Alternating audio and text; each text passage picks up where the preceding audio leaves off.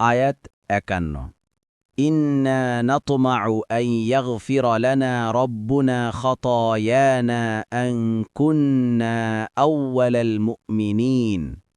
অনুবাদ: আমরা আশা করি যে আমাদের রব আমাদের অপরাধ ক্ষমা করবেন, কারণ আমরা মুমিনদের মধ্যে অগ্রণী। আয়াত ৫২ وأوحينا إلى موسى أن أسر بعبادي إنكم متبعون। অনুবাদ: আর আমরা মূসার প্রতি ওহী করেছিলাম এই মর্মে যে, আমার বান্দাদেরকে নিয়ে রাতে বের হন, অবশ্যই তোমাদের পশ্চাদ্ধাবন করা হবে। তাফসীর। ১ নং ফুটনোটের বিবরণ। এক হাদিসে এসেছে, রাসূলুল্লাহ সাল্লাল্লাহু আলাইহি ওয়াসাল্লাম এক বেদুইনের বাসায় গেলে সে তাকে সম্মান করে। রাসূল সাল্লাল্লাহু আলাইহি ওয়াসাল্লাম তাকে বললেন, তুমি আমার সাথে সাক্ষাৎ করতে এসো। বেদুইন রাসূলের সাথে সাক্ষাৎ করতে আসলে রাসূল সাল্লাল্লাহু আলাইহি ওয়াসাল্লাম বললেন, কিছু চাও? সে বলল, এক উট তার মালামাল সহ, আর কিছু ছাগল যা আমার স্ত্রী দোহাতে পারে। তখন রাসূলুল্লাহ সাল্লাল্লাহু আলাইহি ওয়াসাল্লাম বললেন, তুমি কি বনী ইসরাইলের বৃদ্ধার মতো হতে পারলে না? সাহাবীগণ জিজ্ঞেস করলেন, বনী ইসরাইলের বৃদ্ধা, হে আল্লাহর রাসূল, সে আবার কে? রাসূল সাল্লাল্লাহু আলাইহি ওয়াসাল্লাম বললেন, মূসা আলাইহিসসালাম যখন বনী ইসরাইলদের নিয়ে বের হলেন, তখন পথ হারিয়ে ফেললেন। তিনি বনী ইসরাইলদের বললেন, কেন এমন হল?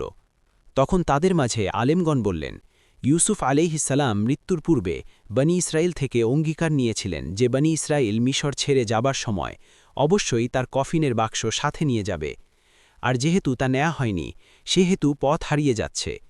তখন ইউসুফ আলাইহিসসালামের কফিনের সন্ধান করা হল। কেউই তার হদিশ দিতে পারল না, শুধু এক বৃদ্ধা ব্যতীত। কিন্তু সে শর্ত সাপেক্ষে বলতে রাজি হল। সে জান্নাতে মূসা আলাইহিসসালামের সাথে থাকার শর্ত দিল। মূসা আলাইহিসসালাম কিছুতেই রাজি হন না। শেষ পর্যন্ত আল্লাহর নির্দেশে মূসা আলাইহিসসালাম রাজি হলেন। তখন বৃদ্ধা এক এলাকায় সেটা দেখিয়ে দিল। সেখানে পানি ছিল। লোকজন সেই পানি সেচে ইউসুফ আলাইহিসসালামের কফিনের বাক্স বের করে আনলে সমস্ত পথ স্পষ্ট হয়ে যায়।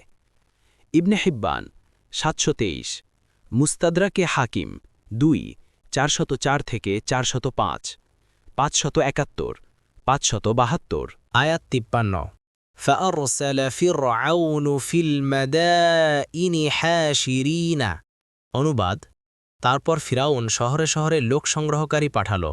আয়াত ৫৪ ইন্না হাউলাঈ লাশিরযিমাতুন কলিলুনা। এ বলে, এরা তো ক্ষুদ্র একটি দল।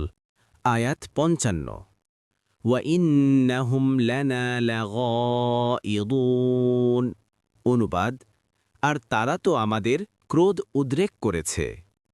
আয়াত ৫৬ ওয়াইন্না লাজামিউন হাযিরুন।